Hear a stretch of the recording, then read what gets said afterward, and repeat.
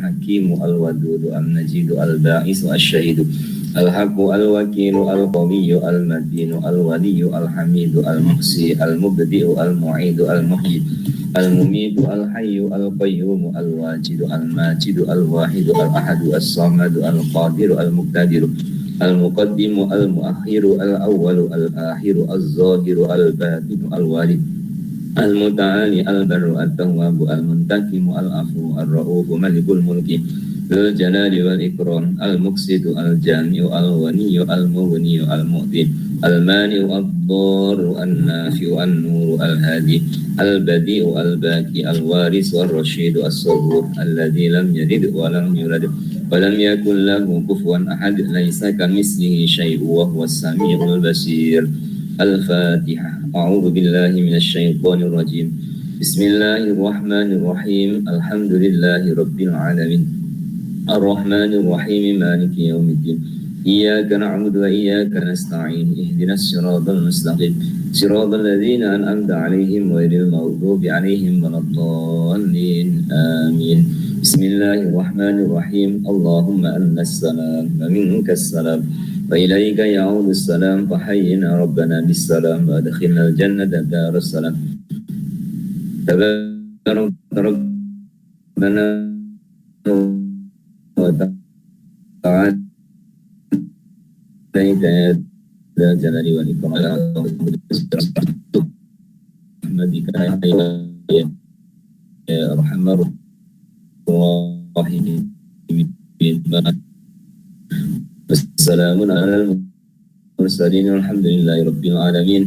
Allahumma rzuqna hubbaka wa hubba man ahabbaka wa hubba ma yuqarribuna ila hubbika ya Allah. Terima kasih lagi Maha Penyayang. Segala puji bagi Allah, Tuhan Sang Pencipta bagi sekalian alam. Yang berbahagia jamaah pengajian kitab Fathur Rabbani wa Faidhur Rahmani li Syekh Abdul Qadir Al-Jilani rahimakumullah. Allah Ta'ala mengenalkan zatnya dengan sifat Az-Zahiru Al-Batinu. Allah Tuhan yang maha zahir dan Allah Tuhan yang maha batin.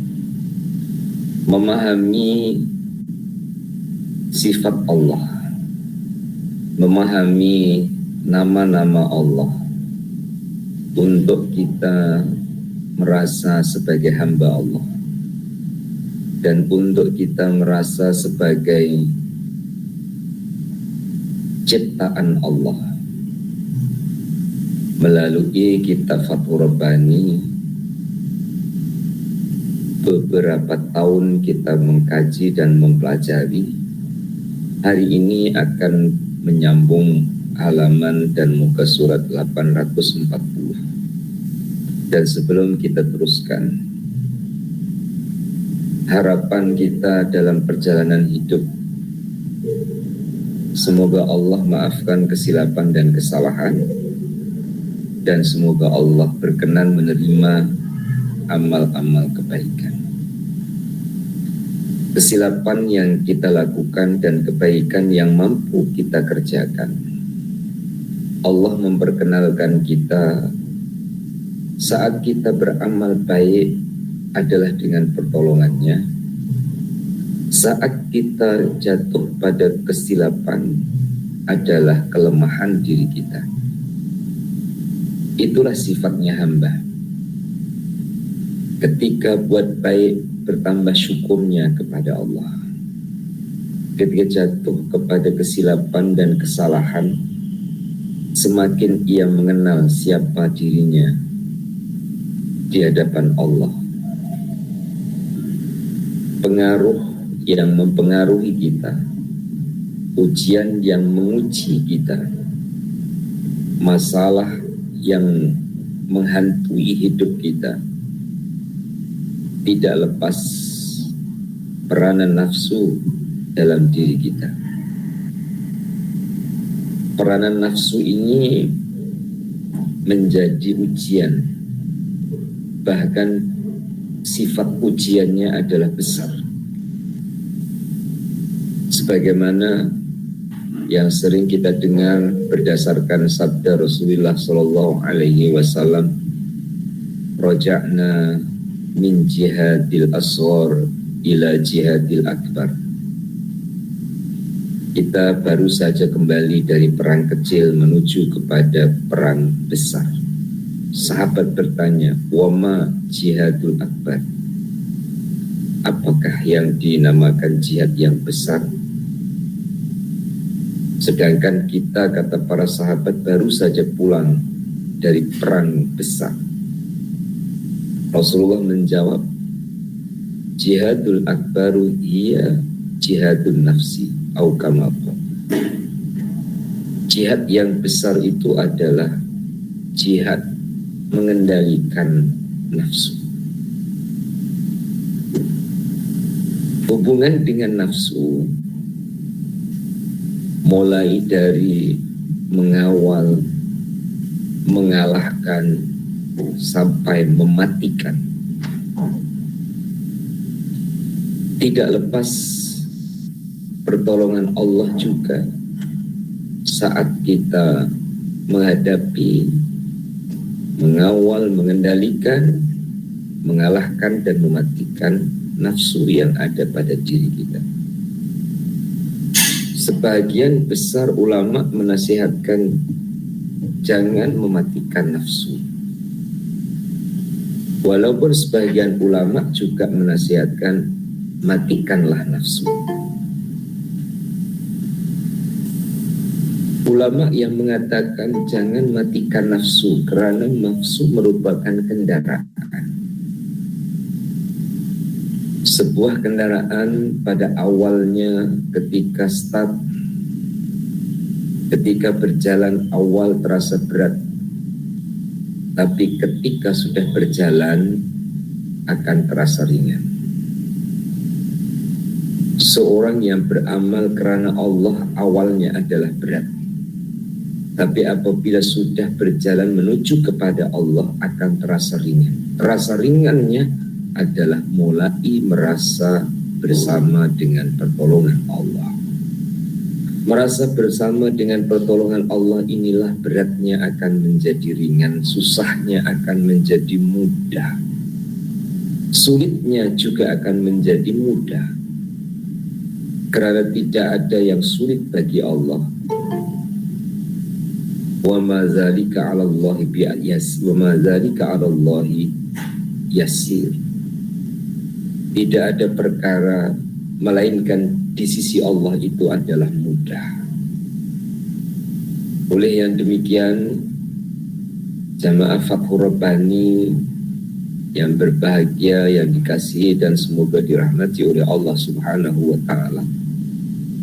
Hari ini muka surat 840 pada penggal yang paling atas saya bacakan terlebih dahulu. Nafsu memperolehi berita dari hati, dan hati memperolehi berita dari batin, sedangkan batin memperolehi berita dari Allah Subhanahu wa ta'ala. Laksanakanlah kewarokan secara sungguh-sungguh, kemudian makanlah dan janganlah engkau pedulikan. Bertakwalah engkau dengan sebenar-benar takwa, kemudian makanlah dan jangan engkau pedulikan. Titik terlebih dahulu bagi memahamkan nasihat-nasihat dan untaian kata mutiara dari penyusun kitab ini, Hadratus Syekh Abdul Qadir Al-Jilani rahimahullahu ta'ala alaih. Berawal dari pembicaraan nafsu, muslimin dan muslimah memahami nama Allah yang bersifat Az-Zahiru Al-Batin yang saya sebut di awal tadi. Allah itu maha zahir, Allah itu maha batin. Dalam hukum akal, karena Allah memberikan akal kepada manusia untuk memahami ciptaannya. Salah satu ciptaan yang diciptakan oleh Allah Subhanahu wa ta'ala, sunnatullahnya adalah ada awalan, ada pertengahan, ada akhirat. Sesuatu yang tidak diterima oleh akal sulit kita untuk terima, tapi sesuatu yang boleh diterima oleh akal mudah kita untuk menerima. Saya buatkan contoh pendekatan. Ketika diajarkan angka 2, kemudian diminta untuk mengambil 2 buah lidi. Diajarkan 1 lidi ditambah 1 lidi sama dengan 2 lidi. 1 pen ditambah 1 pen sama dengan 2 pen. Akal kita terima. Fitrah kita sebagai manusia telah diformat oleh Allah Subhanahu wa ta'ala untuk terima yang dapat diterima oleh akal. Itu tidak hanya Muslim saja, bukan Muslim pun terima. 1 ditambah 1 adalah 2. Yang mengatakan 2 tidak semestinya orang yang mengucapkan 2 kalimat syahadah. Dan kita pun tidak harus menerima 1 ditambah 1 menjadi 2 dari ucapannya kiai ataupun ulama. Orang jahat sekalipun ketika dia ditanya 1 ditambah 1 kemudian dia jawab 2, maka kita pun terima. Ini menunjukkan bahwa Allah Ta'ala menjadikan fitrah manusia dengan akalnya bisa terima sesuatu yang diterima oleh akal. Kemudian kita kembangkan dengan mafhum mukhalafah, kepahaman yang sebaliknya. Akal tidak akan terima 1 ditambah 1 adalah 3 ataupun 4 ataupun 5. Walaupun yang mengatakan itu seorang ulama besar sekalipun, akal tidak akan terima 1 ditambah 1 sama dengan 5. Akal akan menolak. Ini sudah diformat oleh Allah kepada seluruh manusia. Diberi oleh Allah Ta'ala akal untuk berpikir, dan hasil dari berpikir ini untuk jalan menuju kepada Allah. Maka ada pengembangan matematika dasar menjadi matematika cabang. Sebagaimana yang pernah saya sampaikan di hadapan muslimin muslimah, contoh tentang kucing 1 dengan ikan 1 sama dengan 1, akal kita akan tanya, kenapa 1 ditambah 1 sama dengan 1? Kucing 1 ditambah ikan 1 sama dengan 1? Karena ikannya dimakan kucing. Akal boleh terima lagi. Ya. Kemudian 1 ditambah 1 sama dengan 7. Akal tidak terima. Akal akan tanya, kenapa? Akal akan tanya, bagaimana boleh, bagaimana bisa? Kemudian dijelaskan, ayam jantan 1 ketemu ayam betina 1, keluar telur 5, telur menetas jadi 5 ekor anak ayam, jadinya 7 ekor ayam. Akal menerima lagi. Nah, di saat hukum akal dipertemukan dengan takdir Tuhan, dipertemukan dengan kehendak Allah, dipertemukan dengan iradah Allah, dipertemukan dengan qada qadar Allah, dipertemukan dengan takdir Allah, akal harus terima.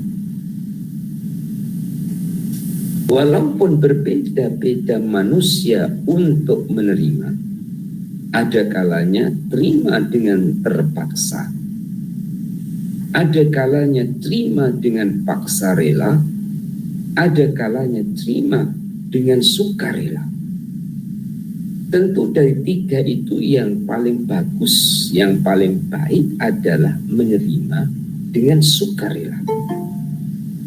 Saat proses menuju sukarela, menerima ketentuan dan keputusan Allah, manusia harus melewati yang namanya nafsu.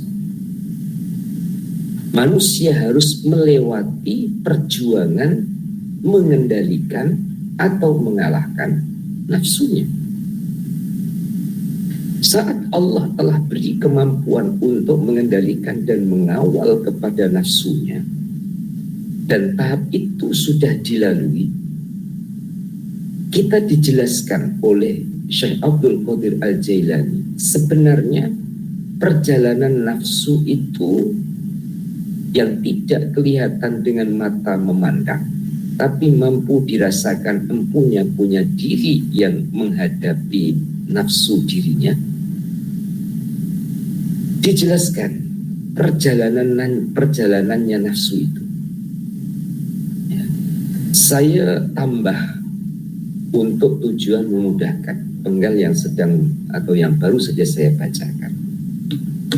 Ada bunyi suara diterima oleh telinga melalui format Allah menciptakan telinga. Ada gendang suara, ada gendang telinga menerima bunyi, kemudian dari suara ini yang diterima melalui telinga diproses oleh akal untuk memahami apa yang didengar oleh telinga. Proses berikutnya turun ke hati untuk dirasai dalam jiwa, dalam hati.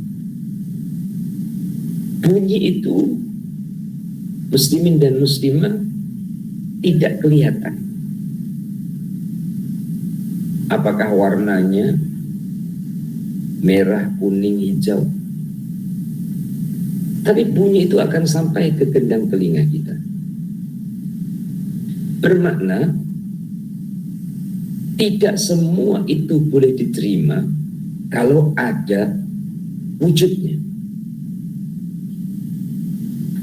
Akan diterima walaupun tidak dapat dilihat wujudnya. Contoh seperti mana suara ini dapat diterima oleh telinga, difahami oleh akalnya, dirasakan oleh hatinya. Setelah ini dapat sedikit sebagai pendekatan saya menjelaskan.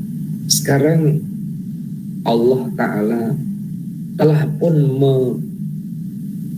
meletakkan nafsu dalam diri kita. Allah telah meletakkan nafsu dalam batiniah kita.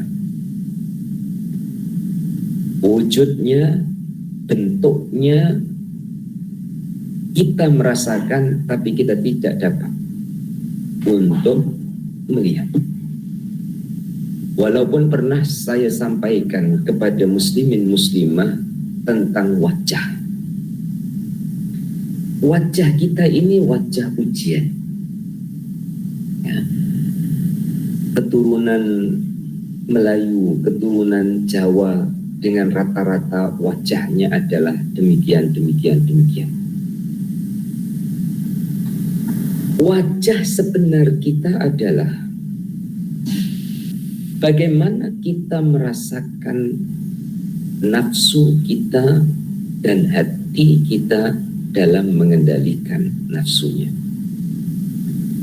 Ada manusia yang pada saat marah dan ketemu dengan orang yang marah dan sama-sama marah dan sama-sama berkata-kata tinggi ataupun berkata-kata kesat, kadang-kadang kata-kata itu keluar dari lisan orang yang marah mengatakan kepada orang yang dibencinya dengan perkataan anjing kamu.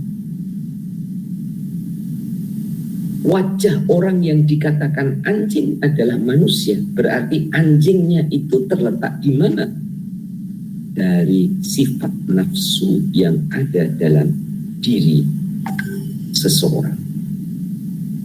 Andaikan diberikan kertas putih, diberikan pensil untuk melukis nafsu kita masing-masing, hasil dari lukisan nafsu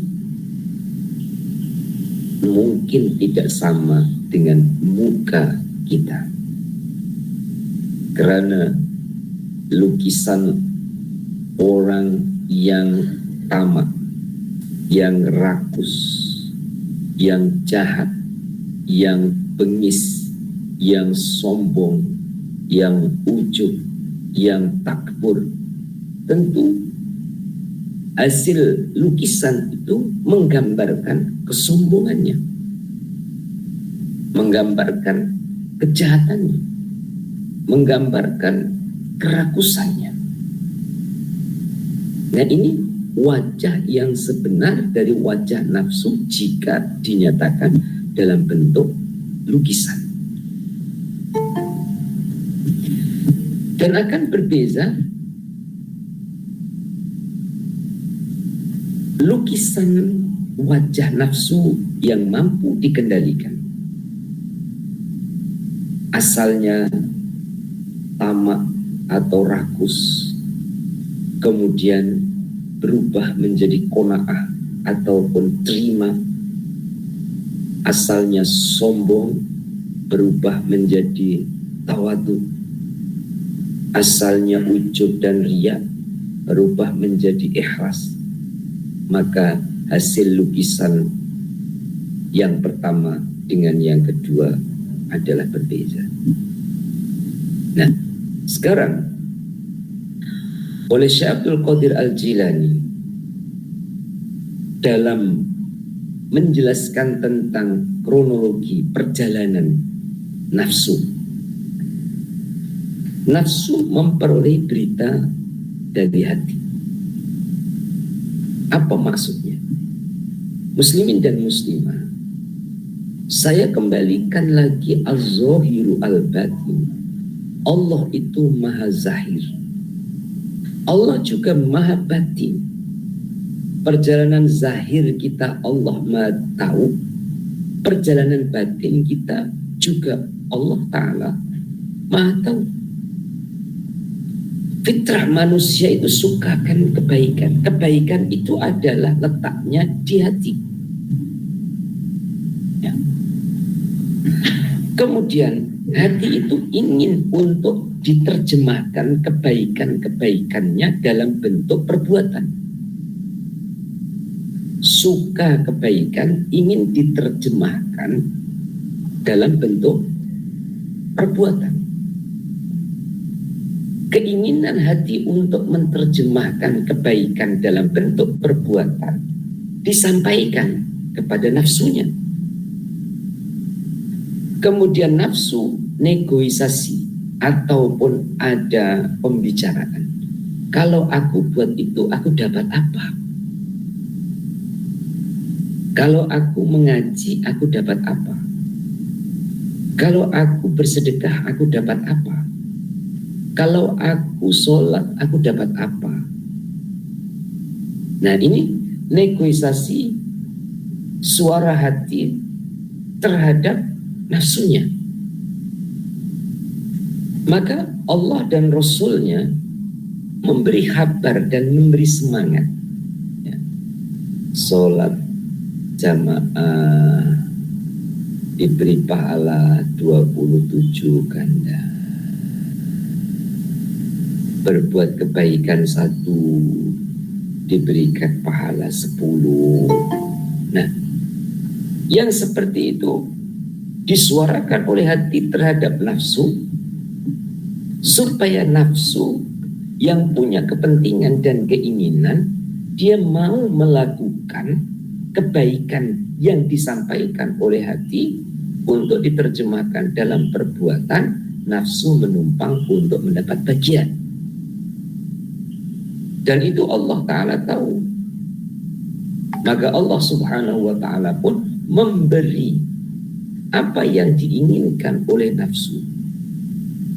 Maka ada hamba Allah dalam perjalanan menuju kepada Allah selalu pikir pahala, selalu pikir upah, selalu pikir balasan. Karena memang proses pembicaraan hati terhadap nafsu adalah kepentingan nafsu untuk mendapatkan sesuatu. Oke, setelah sedikit mulai kita paham,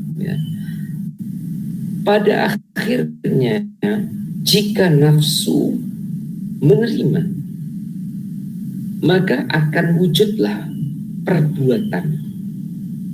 Walaupun belum lillahi ta'ala, belum ikhlas kerana Allah, tapi sudah mulai, sudah bermula untuk melakukan kebaikan. Kemudian oleh beliau disampaikan sebenarnya hati yang negosiasi dengan nafsu itu tadi, hati itu dari mana? Hati memperoleh berita dari batin. Ini ditarik ke belakang, ya. Dalam kajian itu semakin mendalam, hati memperoleh berita dari batin. Batin itu apa? Mata hati. Mata hati itu apa? Pusat. Jadi hati itu ada mata hatinya. Kalau dalam bahasa tasawufnya disebut sebagai ainul basirah, mata hati. Kemudian ditarik lagi ke belakang, ditarik lagi yang lebih mendalam. Batin itu pula dari mana? Ketemu batin itu memperoleh berita dari Allah. Ditarik ke belakang, ditarik yang lebih mendalam, ketemunya adalah dari Allah. Sekarang dibalik, dari Allah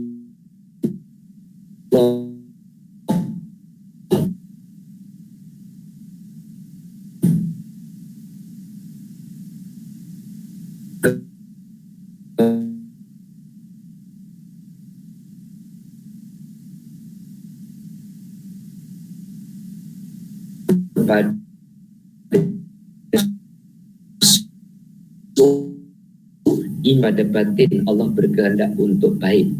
Dari hati, hatinya sukakan kepada kebaikan,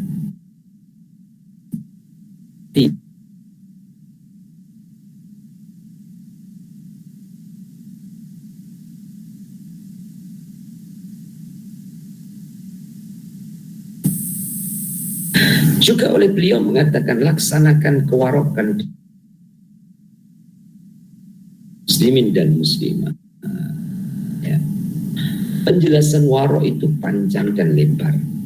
Hanya saya ambil ringkas. Ya. Waro itu menjaga hubungan baik dengan Allah. Ya. Maka waroknya ulama dengan waroknya umarok berbeza dari segi lahiriahnya. Apapun profesi, dari profesi manusia mempraktekkan warok tentu berbeda. Warok sesuai dengan profesinya. Pada saat menjaga hubungan baik kepada Allah dan mestinya berusaha untuk selalu menjaga hubungan baik dengan Allah, manusia yang perlu Allah dan mesti perlu Allah. Allah Maha tahu keperluan kita, dan Allah pun menjadikan kita sebagai hambanya.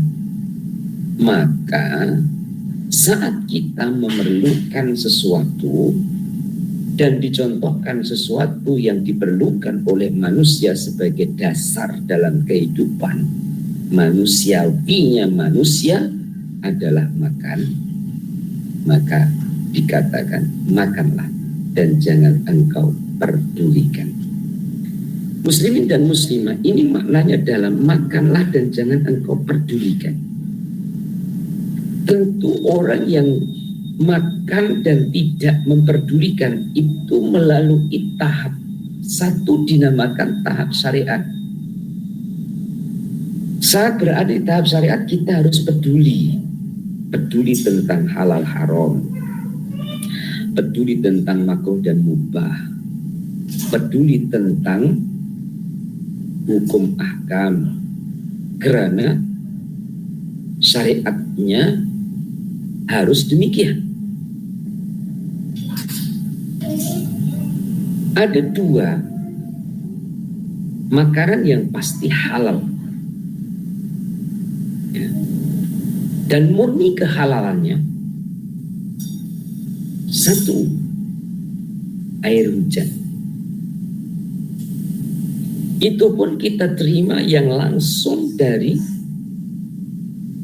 langit, tidak melalui atap, tidak melalui genting, tidak melalui bekas pohon-pohon hujan ya, kemudian keluar rumah, kemudian pohon-pohon tadah langsung dengan mulut pohon-pohon, murni halal. Tapi kalau sudah melalui wadah ataupun bekas, belum tentu bekas yang pohon-pohon pakai itu adalah halal murni.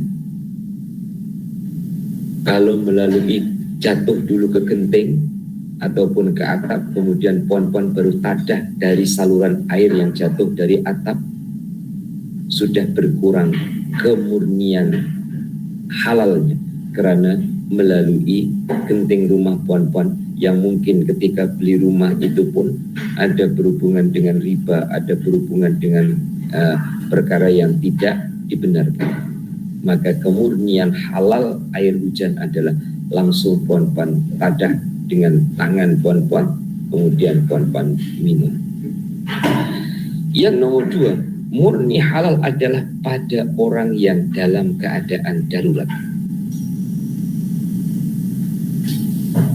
Walaupun rupa secara zahirnya adalah haram sekalipun, contoh bangkai haram, tapi bagi orang yang dalam keadaan darurat tidak ada lagi halal haram, tidak ada lagi haram, walaupun itu bangkai,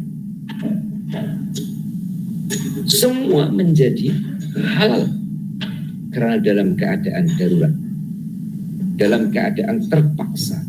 Jika tidak makan boleh jadi sebab hilang nyawa ataupun meninggal dunia.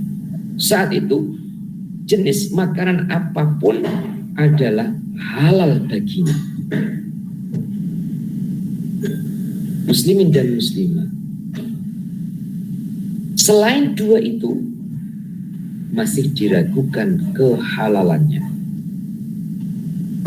termasuk hasil dari kita bekerja ya, ini bukan pada pohon-pohon, termasuk pada diri saya sendiri. Maka Allah Ta'ala jaga dengan syariatnya untuk diperhatikan dan dijadikan pertimbangan sebelum membuat sebuah keputusan.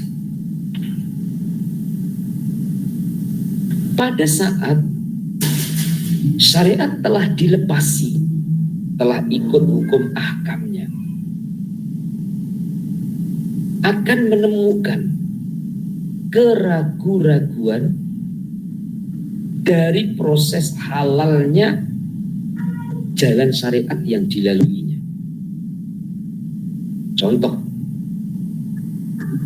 nasi satu pinggan ya, yang pon-pon makan sarapan pagi tadi ataupun makan tengah hari nanti, pon-pon perhatikan,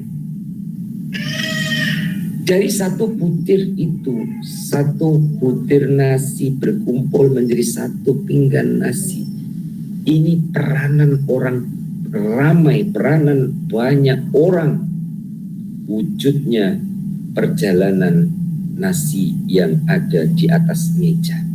Maka pada saat kita berdoa, kita buka sendirian. Saat kita doa sebelum makan, kita akan mendoakan ramai orang, Allahumma barik lana fima rozaqtana wa qina azabannar.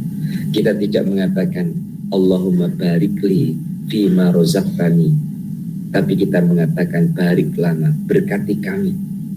Para petani-petani yang menjadi wasilah, yang menjadi perantara, menanam padi, merawat padi, menuai padi, hinggalah menjadi beras. Kemudian peranan-peranan yang lain yang menjadikan beras itu menjadi nasi. Berkati mereka-mereka semua ya Allah. Maka kita berdoanya, Allahumma bariklah. Ini mengajari adab terhadap diri kita. Kemudian kita perhatikan ya. Saat kita perhatikan, boleh jadi kita sudah puas sebelum makan, karena menemukan perjalanan ingat Allah melalui perjalanan sebutir nasi yang ada di atas pinggan kita. Ada juga kenyang sebelum makan. Sebagaimana kenyangnya orang sebelum makan, ya, puan-puan yang dikasih sekalian, nasi lauk sudah tersedia. Puan-puan perhati dari sudut pandangan mata hati, puan-puan terasa puas, kemudian terasa kenyang. Sebelah puan-puan ada ayam umpama yang lapar. Puan-puan rela untuk memberikan nasi tersebut kepada ayam yang lapar itu tadi, walaupun puan-puan tidak makan. Puan-puan sudah mendapatkan kepuasan bukan dari jalan makan. Kalau itu terjadi di hari pertama, muslimin dan muslimah, puan-puan masih boleh bertahan. Tapi kalau itu sudah terjadi pada hari kedua ataupun hari ketiga, rasa lapar puan-puan ingin untuk makan, puan-puan akan mengambil lagi nasi itu. Artinya perlu dengan nasi itu, tapi perlunya puan-puan dengan nasi sudah berbeza dengan hari yang pertama. Karena pada hari kedua atau hari ketiga perlunya puan-puan dengan nasi adalah sudah didahului dengan rasa perlunya puan-puan terhadap Allah. Apabila sudah rasa perlu terhadap Allah lebih besar daripada rasa perlu terhadap nasi, maka sudah mulai apa kata Allah? Apa perintah Allah? Bila sudah merasa apa kata Allah, apa perintah Allah, maka barulah ketemu dengan kata-kata ini, makanlah dan jangan engkau pedulikan, karena yang dirasakan sudah langsung dari Allah. Juga dinasihatkan lagi, bertakwalah engkau dengan sebenar-benar takwa. Apa sih takwa? Ya. Banyak arti takwa yang dijelaskan oleh ulama. Saya mengambil yang ringkas. Takwa itu adalah hati-hati. Orang berhati-hati itu kadang-kadang selamat, kadang-kadang tidak selamat. Kata-kata saya tidak selamat ini adalah secara syariat. Karena orang berhati-hati mesti selamat. Hanya pada syariatnya itu dikatakan tidak selamat. Boleh jadi hati-hati itu tetap jatuh juga. Tapi beda jatuhnya orang yang berhati-hati dengan jatuhnya orang yang tidak berhati-hati. Jatuhnya orang yang berhati-hati akan mudah mendapatkan pertolongan dan simpati. Tapi jatuhnya orang yang tidak berhati-hati susah untuk dapat pertolongan dan tidak ada yang bersimpati. Simpati yang saya maksudkan ini bukan simpati dari manusia, tapi adalah dari Allah. Sudah berhati-hati tapi jatuh juga. Ya. Allah, minta maaf, pinjam bahasa manusia, Allah bersimpati dengan orang yang berhati-hati. Maka akan ditolong dengan cara Allah. Walaupun kita masih kadang-kadang jatuh di lubang dosa, ya, tetap kita berhati-hati. Kita tidak akan dapat melawan ataupun menghindar dari takdir Allah. Ya. Apalagi dalam dunia modern seperti ini. Muslimin dan muslimah, dalam gadget kita atau dalam handphone kita memang melayari perkara-perkara yang positif, tapi kadang-kadang datang dengan sendirinya. Karena memang itu cara dari musuh-musuh Islam untuk mempengaruhi ataupun memasukkan perkara-perkara yang tidak baik melalui gadget ataupun melalui internet. Belum lagi ketika kita keluar rumah, bermuamalah, bertemu dengan berbagai jenis manusia, kita sudah berhati-hati. Tapi Allah menghendaki sesuatu yang terjadi, kita tidak dapat lari. Saat-saat seperti itu, tepuk dada, sejauh mana aku berhati-hati, dan sejauh mana pula pertolongan Allah Ta'ala saat terjadi sesuatu yang tidak diingini. Tentu orang yang berhati-hati akan selalu merasa diberhati oleh Allah dan akan selalu merasa ditolong dan dibantu oleh Allah. Jadi muslimin dan muslimah, ya, dalam penggal ini telah saya jelaskan atau saya uraikan dengan izin dan pertolongan Allah melalui kata-kata yang saya sampaikan.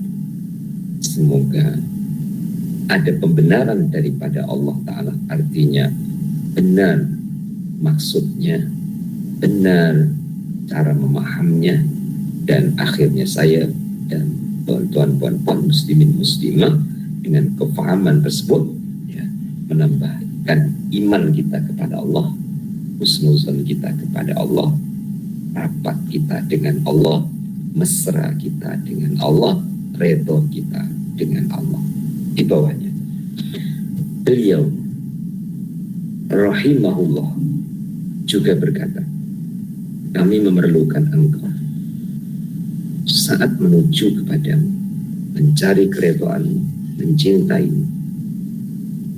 Kamu jauh dari anak, istri, dan tempat tinggal kami. Janganlah engkau menghinakan kami. Titik.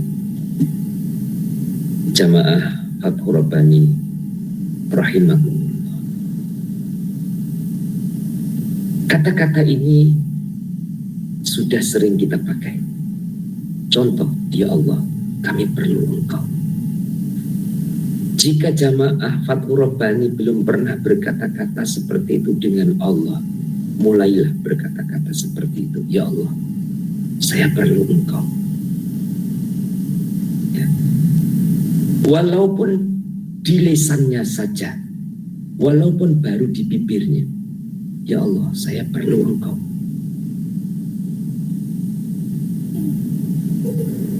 Diulang-ulang hinggalah kata-kata itu menembusi hatinya. Ya Allah, saya perlu engkau. Untuk memotong atau untuk menghapus hubungan dengan makhluk yang sering kita dahulukan. Kita selalu didahului dengan rasa perlu terhadap makhluk. Maka muslimin dan muslimah, puan-puan keluar rumah ataupun bepergian, lupa tak bawa handphone, Puan-puan balik lagi ke rumah tak? Ya, zaman sekarang ini, puan-puan balik ke rumah. Walaupun sudah 5 kilometer sekalipun, U-turn balik. Rasa perlu terhadap handphone. Ustaz, dunia sekarang memerlukan itu. Saya tidak mengatakan salah, hanya kita geser posisi. Ya. Kalau memang U-turn patah balik ke rumah untuk ambil handphonenya, telah didahului dengan kata, ya Allah, saya perlu Engkau. Bukan perlu handphonenya, perlu selamat ambil handphonenya karena sudah 5 km perjalanannya. Maka biasakan atau mulai untuk dibiasakan, ya Allah, saya perlu Engkau. Dan ini dalam penggal ini yang dinasihatkan oleh beliau, kami memerlukan Engkau. Perlu kepada Allah. Untuk apa? Diteruskan oleh beliau, kami perlu Engkau dalam perjalanan kami menuju kepadamu, ya Allah. Kami perlu Engkau dalam perjalanan kami menuju ridhamu, ya Allah. Kami perlu Engkau dalam menuju perjalanan mencintaimu, ya Allah. Jadi kita ada rasa cinta kepada Allah, perlu Allah. Kita ingin dapat ridho Allah, perlu Allah. Kita berjalan menuju kepada Allah, perlu Allah. Bermakna tidak ada satu saat pun yang kita tidak perlu Allah. Andaikan kita kembangkan dalam urusan-urusan duniawi kita, ya Allah, saya berdagang, perlu Engkau. Saya mengajar, perlu pertolongan Engkau. Itu selalu dihidupkan di hatinya. Kemudian ya, kata-kata berikutnya, kamu jauh dari anak, istri, dan tempat tinggal kami, janganlah engkau menghinakan kami. Ini satu pembahasan yang terpisah dulu, baru nanti disatukan. Ya. Muslimin dan muslimah dalam sebuah keluarga yang terdiri suami, istri, dan anak, ya, boleh jadi pasangan itu belum terbuka hati seperti hatinya yang dibuka oleh Allah Subhanahu wa Ta'ala, sehingga pasangan hidupnya, istrinya contoh, itu masih jauh dengan Allah. Anak-anaknya juga jauh dari Allah. Tanda jauhnya dari Allah Ta'ala selalu mengedepankan nafsunya, selalu mengedepankan kepentingan pribadinya, selalu menggunakan hukum akalnya, ya. Dan itu dihadapkan kepada Allah. Ya Allah, anak istriku jauh dengan. Walau demikian, jangan kau hinakan kami. Puan-puan, sebagai penyemangatnya, punya 3 orang anak umpama, ataupun punya tanggung jawab terhadap keluarga lah. Ternyata orang yang berada di bawah tanggung jawab ini ada yang baik, ya baik akhlaknya, ya baik perbuatannya, ya baik ibadahnya. Tapi ada juga yang belum baik. Saya tidak mengatakan tidak baik ya, karena apabila masih ada hari esok dan mestinya masih ada hari esok, lusa masih ada harapan untuk menjadi baik.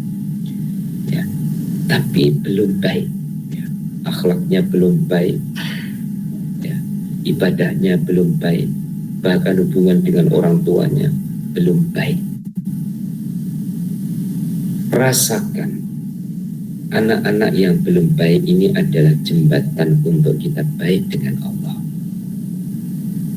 Karena mungkin apabila Allah jadikan baik semua, mungkin kita pula yang hubungannya kurang baik dengan Allah karena kesombongannya, ataupun takburnya, ataupun lalai dan lupanya dengan Allah Ta'ala. Ya. Maka Allah jadikan dari salah satu keluarga kita yang punya masalah ataupun yang punya urusan, dan itu menjadi jembatan kepada kita untuk berbaik dengan Allah. Sebagaimana yang dikatakan oleh beliau, janganlah engkau menghinakan kami ya Allah atas sebab anak-anak kami ataupun keluarga kami ya, yang masih jauh dengan engkau. Dan insya Allah Jamaah Fathur Rabbani merasakan itu dan akan dapat untuk mengambil pelajaran dari semua ya yang ada dalam keluarga kita. Ya. Allah berpesan, ku anfusakum wa ahlikum nar, jaga anak, jaga keluargamu, jaga ahlimu dari api neraka. Sudah pun dijaga, akan tetapi Allah Ta'ala menghendaki salah satunya menjadi ujian kepada kita, kemudian kita berbaik sangka dengan Allah. Yang menjadi ujian itulah yang mendekatkan kita kepada Allah. Ya. Di bawahnya, menyibukkan diri dengan selain Allah Subhanahu wa Ta'ala adalah suatu perbuatan yang sia-sia. Sibuk mengurusi nafsumu adalah maksiat, dan sibuk dengan makhluk adalah menyimpang dari pintunya. Nanti sampai tenggal baru saya jelaskan. Sebagian daripada wali ada yang disujudi oleh malaikat. Sebagian kecil dari mereka dapat melihat malaikat. Itu ya. Ayah-ayah, ibu-ibu, sahabat jamaah pengajian Fathur Rabbani ya. Apa itu menyibukkan diri dengan selain Allah? Padahal hakikatnya kita itu sibuk juga adalah kehendak Allah. Kita banyak urusan itu juga kehendak Allah. Yang lebih kasar, kita banyak masalah itu juga kehendak Allah. Jadi apa yang dikatakan menyibukkan diri dengan selain Allah? Yaitu segala urusan-urusan yang menjadikan kita jauh dan lupa Allah, berarti kita sibuk dengan selain Allah. Saya ulang, segala urusan atau permasalahan yang menjadikan kita jauh dan lupa dengan Allah, berarti kita sibuk dengan selain Allah. Kuncinya demikian. Maka tidak semestinya orang yang sibuk dengan selain Allah adalah orang yang banyak urusan dengan makhluk. Karena boleh jadi banyaknya urusan dengan makhluk itu dia tidak sibuk dengan makhluk, tapi dia tetap sibuk dengan Allah. Sebab yang ia rasakan, semua urusan dengan makhluk adalah jalan baginya untuk dekat dengan Allah. Dan ini orang-orang dulu, Masya Allah, walaupun tidak terpelajar, artinya kelulusan tidak tinggi, mengaji tidak setiap hari, tapi ya, dalam hubungan dengan Allah Subhanahu wa Ta'ala itu mesra. Jaga 8-6 orang anak ya, dalam sebuah rumah tangga, memulai sesuatu dengan menyebut nama Allah, kemudian sedikit-sedikit jeda antara satu waktu ke waktu selalu sebut Alhamdulillah, sebut Masya Allah, sebut Subhanallah. Urusan-urusannya itu mendekatkan dan mengingatkan kepada Allah. Urusan dengan anak yang pertama, anak yang kedua, urusan dapurnya, urusan belakang rumahnya, ya, urusan menyapu rumah, urusan sidai baju, urusan cuci baju, bahkan yang bertani urusan di sawahnya, di ladangnya. Semua urusannya itu mengingatkan kepada Allah.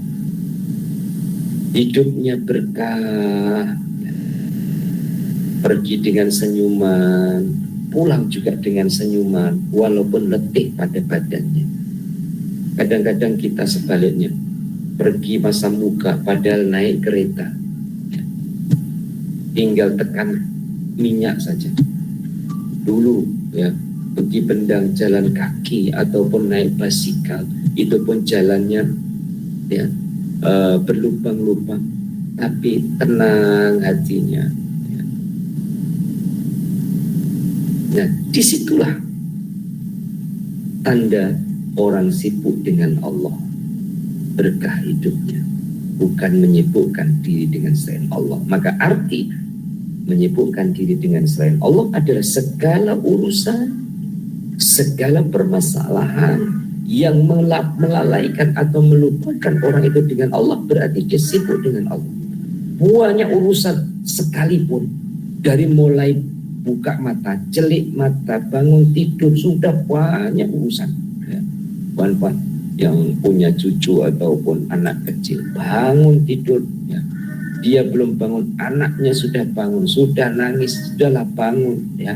Bahasa Jawa ngompol lagi, ngompol itu kencing di atas katilnya ya. Sudahlah kencing, nangis, muntah lagi dan lain-lain. Itu seawal pagi.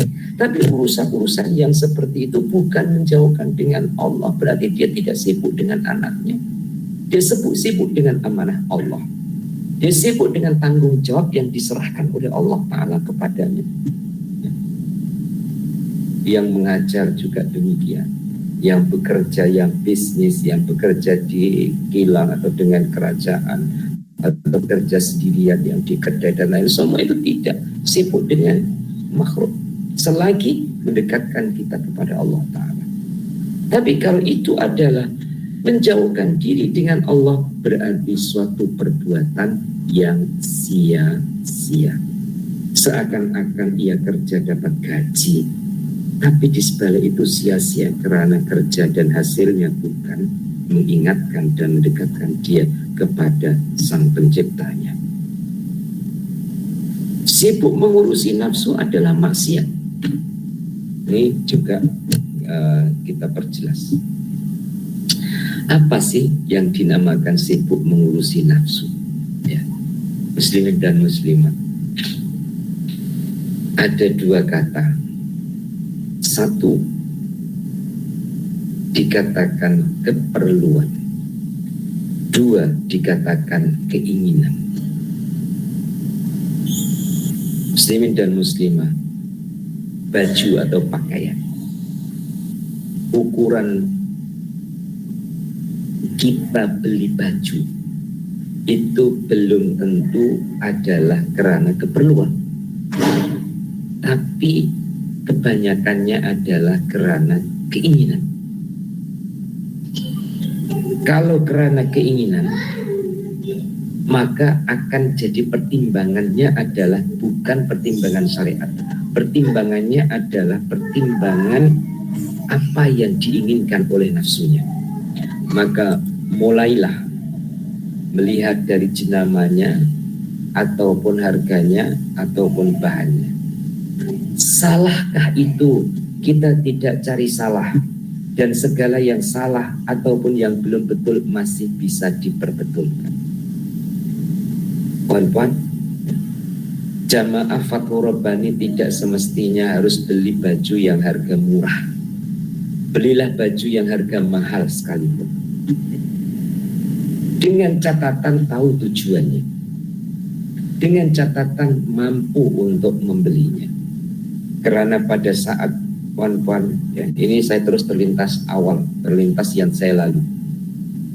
Awal saya pergi Mekah itu pada tahun 2003. Udah otomatis kalau pergi mau masuk ke masjid selalunya mencari babu salam ya, pintu satu ya, pintu satu dari Masjidil Haram itu dulunya ada pasar Zeng. Pasar Zeng itu adalah pasar yang atapnya pakai zinc. Sekarang sudah tidak ada. melihat istana raja sebelahnya, ya, bangunan yang tinggi melebihi ketinggian Masjidil Haram, hendak lalu ataupun masuk, sebelah istana kemudian dibuat yang sekarang disebut sebagai Menara Jam. Bawahnya itu hotel yang disebut Zam-Zam, dan di dalam Menara Jam itu ada terdiri 9 hotel, ya. Ada Ropana, ada Swiss Hotel, ada Movenpick, ya. Kemudian ada Raiha, kemudian ada Ritage, dan hotel-hotel yang lain. Akan masuk saja takut, ya, ketika dulu, ya. Kenapa? Karena kita merasa hotel saya bukan di situ. Anda pergi belanja masuk, pandangannya itu adalah itu untuk orang-orang kaya, itu untuk orang-orang yang duitnya banyak, ya. Bantuan. Ternyata persepsi itu diingatkan oleh Allah, tidak semestinya begitu. Ketika mulai mengenali, kemudian ketika mulai merasai berada di situ, ternyata bukan karena duitnya banyak, ya. Ditarik ulur ke belakang adalah karena Allah menghendaki. Bila Allah Ta'ala menghendaki, itu bukan karena duit banyak, bukan karena kaya. Allah menghendaki, otomatis Allah jadikan orang itu mampu. Nah, ini saya hubungkan dengan pakaian tadi. Puan-puan beli pakaian, ingin beli pakaian, bukan karena kaya. Allah menghendaki, Allah kasih puan-puan rezeki, boleh beli. Nah, di saat puan-puan pilih yang ada jenama, pilih yang warna bagus, pilih yang sesuai, tapi hatinya tetap kepada Allah, berarti bukan sibuk untuk memperturutkan hawa nafsunya. Ada ustadz atau tuan guru masuk pasar raya, nampak anak muridnya, atau anak muridnya nampak gurunya. Kadang-kadang, ya, anak murid dibisik-bisiki oleh syaitan, ya, dengan bisikan-bisikan yang jahat. Tengok itu tuan guru, ya, sama juga macam kita merayu-rayu ke pasar raya. Tentu beza. Baru masuknya saja kalau orang berilmu ke pasar raya, itu sudah diawali dengan doa, zikir tidak ditinggalkan. Beza dengan orang awam, belum masuk atau ketika masuk pikirannya sudah memperturutkan hawa nafsunya. Orang yang berilmu, ulama masuk ke tempat yang seperti itu, jangan disangkakan seperti kita, seperti orang awam. Boleh jadi masuknya itu adalah untuk menambah ingatannya kepada Allah Subhanahu wa Ta'ala, karena melihat berbagai jenis orang dengan berbagai jenis kerenahnya, berbagai jenis orang, ya, dengan berbagai permasalahannya, ya. Maka kadang-kadang, ya, istrinya yang dilepaskan, udahlah kamu, ya, cari apa yang kamu suka, ya. Ustadznya ataupun itu duduk di kursinya, kemudian tengok ada ibu-ibu, emak-emak yang bawa cucu ataupun bawa anaknya. Kadang-kadang sampai ibu marah dengan anaknya, ya. Kenapa? Ya karena ibu bosan ataupun tengok kerenah anaknya itu menjadikan marah, ya. Ada lift, main di lift, ada eskalator, main eskalator, ada mainan, main dengan mainan-mainan itu, ya. Kemudian kita yang perhatikan, kemudian kita terbayang, andaikan aku jadi ibunya pun mungkin marah, ya. Lepas itu kita senyum sendiri. Sebenarnya kita senyum melihat keadaan, bukan senyum sendirian. Setelah senyum melihat keadaan, kita pun senyum dengan Allah. Ya Allah, seperti itu pula hamba-hambamu, ya Allah. Kemudian akal kita jadi luas, akal kita jadi bertambah ya ingatannya kepada Allah, kemudian hatinya keluarlah dalam bentuk doa, ya Allah berikan kesabaran kepada ibu itu dalam menjaga anaknya. Pelajaran. Maka mengaji tidak semestinya di masjid. Mengaji kehidupan adalah di mana kita berada. Bisa juga di pasar raya, bisa juga mengajinya kita adalah berada di pasar malam. Ya. Karena pelajaran-pelajaran yang dapat mendekatkan dan mengingatkan kita kepada Allah Subhanahu wa ta'ala. Jadi sibuk mengurusi nafsu adalah maksiat. Maksiat itu menjauhkan diri dari Allah. Dan sibuk dengan makhluk adalah menyimpang dari pintunya. Muslimin dan muslimah dijadikan oleh Allah Ta'ala kita sebagai manusia adalah untuk menyembahnya. Memang kita tidak dapat lepas dari makhluk yang ada di sekeliling kita, karena Allah menghendaki kita bertahan adalah bersama-sama dengan makhluk di sekeliling kita. Tapi makhluk yang berada di sekeliling kita adalah bukan tujuan dalam hidup kita. Walaupun pasangan hidup sekalipun, bukan tujuan hidup kita adalah untuk suami ataupun untuk istri ataupun untuk anak-anak. Tapi tujuan hidup kita adalah untuk khidmat kepada Allah. Nah, khidmat kepada Allah Ta'ala bukakan dan buatkan laluan. Mencintai Allah dengan mencintai hamba-hamba Allah. Menjaga hubungan baik dengan Allah melalui menjaga hubungan baik dengan hamba-hamba Allah. Karena pada satu ketika akan terjadi peralihan yang dulunya bersama dengan makhluk, yang dulunya banyak berhubungan dengan makhluk, semakin bertambah usianya, semakin bertambah urusannya, yang dengan makhluk semakin berkurang, yang dengan Allah semakin bertambah.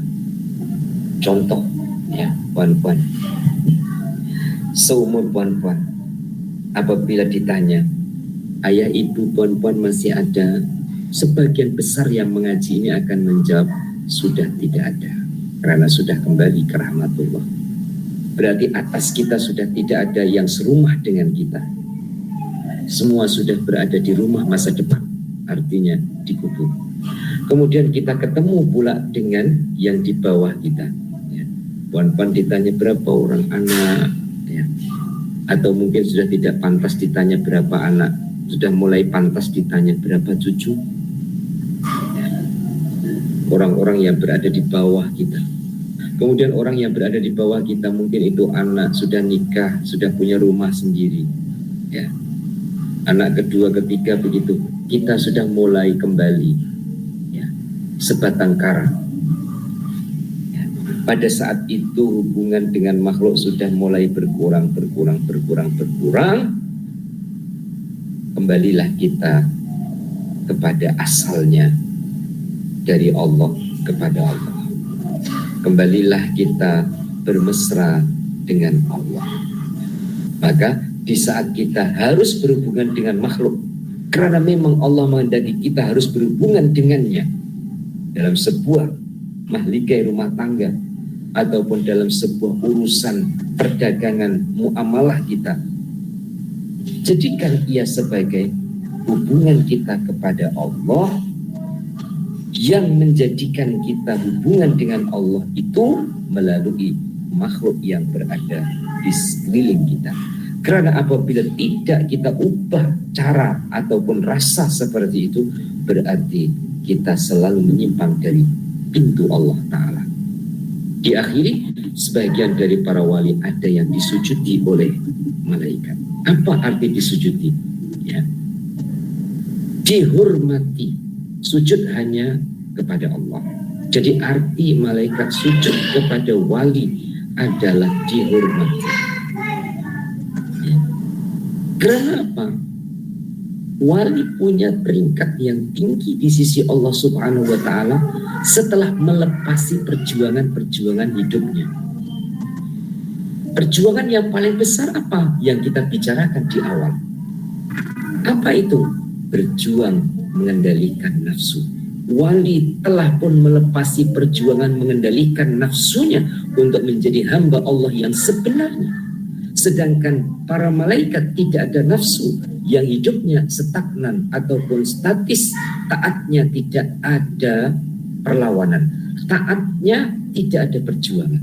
Sedangkan manusia penuh dengan perjuangan, maka malaikat pun hormat dengan manusia yang telah berjaya dalam perjuangannya. Juga dikatakan di akhirnya sebagian kecil dari mereka dapat melihat malaikat. Muslimin dan muslimah, kewujudan malaikat dicipta oleh Allah Ta'ala dari cahaya. Puan-puan sekarang ini tengok atas ya, kemudian ada lampu. Puan-puan akan dapat melihat cahaya lampu itu dari keluarnya cahaya. Saya ulang, puan-puan akan dapat melihat cahaya dari tempat keluarnya cahaya, yaitu lampu. Ya. Kemudian cahaya itu sendiri warna-warni, warna cahaya ikut dari asal keluar cahaya. Ada cahaya merah, ada cahaya biru, ada cahaya kuning. Warna-warninya adalah berawal dari asalnya cahaya. Allah Ta'ala, Allahu nurus samawati wal ardh. Allah adalah nurnya langit dan bumi. Malaikat dijanjikan oleh Allah Ta'ala dari cahaya. Sebagian wali Allah Ta'ala dapat melihat malaikat yang kewujudannya adalah dari cahaya. Berarti melihatnya adalah bukan dengan mata di kepala kita, tapi melihatnya adalah dengan mata hatinya. Dengan mata hati itu, muslimin dan muslimah tidak semestinya harus dibuktikan dengan mata kepala. Ya. Sekali lagi, tidak harus dibuktikan dengan mata kepala. Contoh, ya, puan-puan percaya malaikat Raqib dan Atid. Tak payah saya tanya, puan-puan percaya ke tak percaya? Ya harus percaya, maka tak payah saya tanya. Puan-puan percaya ada Raqib di kanan kita, ada Atid di kiri kita. Bayangan yang tidak betul tapi boleh untuk dibayangkan, tapi pasti bayangan tidak betul. Bukan seakan-akan ya seperti malaikat itu harus bawa buku ya, kemudian standby seperti mana dokter yang dikawal oleh pembantunya ketika melawat pasien ataupun pesakit, kemudian dokter cakap apa ditulis. Mungkin bayangan kita seperti itu, tapi bayangan itu tidak betul. Malaikat di sebelah kita selalu bawa pen, bawa buku, kita buat apa dia tulis, kita buat apa buat tulis. Silahkan membayangkan, tapi bayangan itu tidak betul. Ya. Teknologi malaikat tentu lebih canggih. Ya. Puan-puan sekalian, kita percaya. Ada orang yang tidak percaya karena menuntut bukti. Mana? Tak ada pun, sudah saya tak ada siapapun. Tengok gini, pun tak ada pun. Dari dulu saya tengok tak ada. Ini cakapnya orang yang tidak percaya. Orang yang percaya, dia tidak perlu bercakap, tapi dia merasa, oh, saya pergi pasar pun dia ikut. Nyatanya di mana-mana kita tidak niat untuk buat jahat, karena kita ingat kalau aku jahat, catatan buku amalku nanti jahat. Aku baik, catatan buku amalku adalah baik. Ini membuktikan kita percaya ada malaikat, tapi kita tidak perlu bukti yang dapat dilihat oleh mata, karena kita sudah bisa membuktikan melalui rasa. Dan rasa itulah iman namanya, ataupun keyakinan kita kepada yang dijanjikan atau yang disampaikan oleh Allah Subhanahu wa Ta'ala. Demikian untuk pagi ini, insya Allah yang akan datang kita akan sambung di muka surat yang sama, walaupun sedikit yang kita kaji pada pagi hari ini. Semoga manfaat, berkah ya, dapat kita pahami dan dapat jadi ilmu yang membimbing kita untuk lebih mesra dengan Allah Subhanahu wa taala, ya, redha dengan kehendaknya, syukur dengan pemberiannya, dan sabar dengan ujiannya. Kita akhiri bersama dengan baca doa. Bismillahirrahmanirrahim. Allahumma sholli wa sallim ala sayyidina Muhammad wa ala ali sayyidina Muhammad. Alhamdulillahirabbil alamin. Allahumma rizqna ilman nafi'an wa amalan sholihan maqbulan wa rizqan halalan thayyiban wasi'an mubarak. Allahumma hdina binurika ilaika wa aqimna bisidqi ubudiyyati baina yadayka wa 'allimna min unikal mahzun wa sunna bismikal masuk. Bana atina fid dunya hasanah wa fil akhirati hasanah wa qina adzabannar. Sallallahu ala sayyidina Muhammad wa ala alihi wasallam. Alhamdulillahirabbil alamin. Taqabbalallahu minna wa minkum taqabbal ya. Minta maaf awal hingga sampai akhir. Hadanallahu wa iyyakum ajmain. Assalamualaikum warahmatullahi wabarakatuh. Waalaikumsalam.